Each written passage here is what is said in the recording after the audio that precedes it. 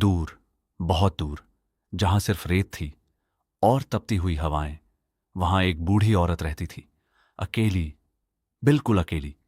उसका एक ही साथी था, एक छोटा सा सफेद खरगोश। उस बूढ़ी औरत का नाम था अम्मा जरीना और उस छोटे खरगोश का नाम था चिंकू। दोनों साथ खाते थे, साथ चलते थे और हर शाम एक दूसरे का सहारा बनते थे। लेकिन एक रात रेगिस्तान बदल गया।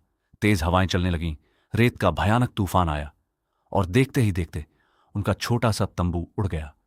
उस ठंडी रात में अम्मा ने आसमान की तरफ देखा और धीरे से कहा, अब हमें अपना घर बनाना होगा। अगली सुबह एक बूढ़ी औरत और उसका छोटा खरगोश रेगिस्तान में मिट्टी ढूंढ रहे थे।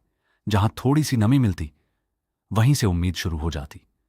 अम्मा मिट्टी से ईंट बनाती और चिंकू अपने छोटे छोटे पैरों से उसे दबाता।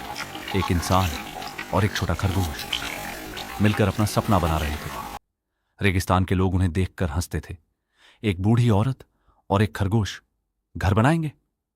लेकिन अम्मा बस मुस्कुरा देती।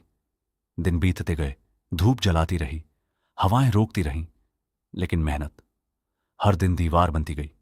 और फिर एक शाम रेगिस्तान के बीच मिट्टी का एक छोटा सा घर खड़ा था।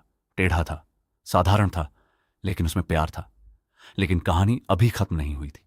उस रात फिर एक भयानक आंधी आई। ऐसा लग रहा था जैसे सब कुछ खत्म हो जाए। सुबह हुई, तूफान रुक चुका था। रेगिस्तान के लोग बाहर निकले और हैरान रह गए, क्योंकि रेत के उस समंदर में सिर्फ एक घर अब भी खड़ा था।